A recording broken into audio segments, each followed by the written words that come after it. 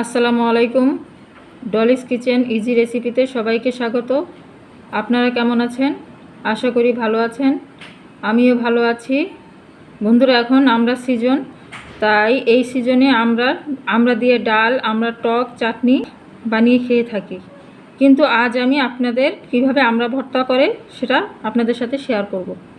বন্ধুরা দেখুন, আমড়াটার চামড়া আমি পাতলা করে কেটে নিয়েছি। আপনারা এভাবে পাতলা করে কেটে নেবেন।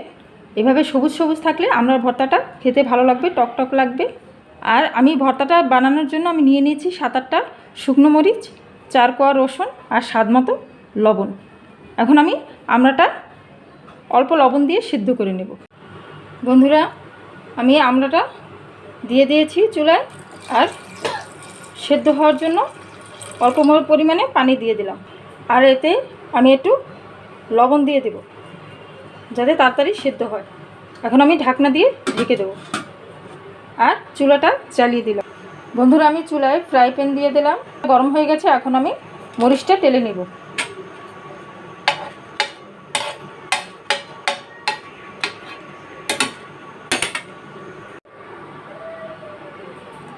বন্ধুরা, আমার মরিচ টেলা হয়ে গেছে।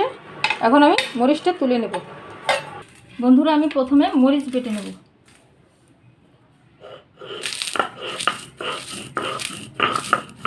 বন্ধুরা, এখন রসুনগুলো বেটে নেব।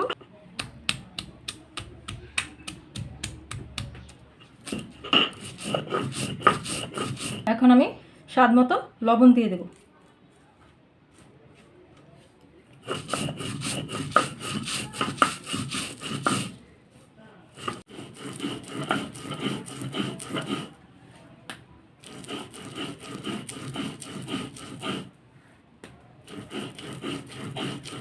বন্ধুরা, আমার মরিচ আর রসুন বাটা হয়ে গেছে। এখন আমি আমড়াগুলো বেটে নেব।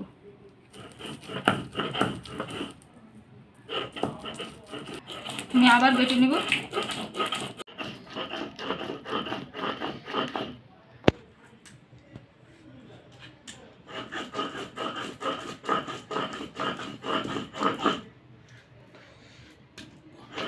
বন্ধুরা, আমার আমড়ার ভর্তা বাটা হয়ে গেছে। এখন আমি তুলে নেব।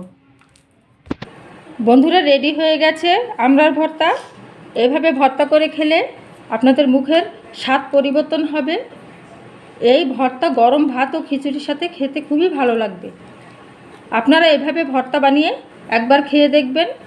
আমার ভিডিওটা যদি ভালো লাগে তাহলে লাইক, শেয়ার, সাবস্ক্রাইব করে দেবেন। আল্লাহ হাফেজ।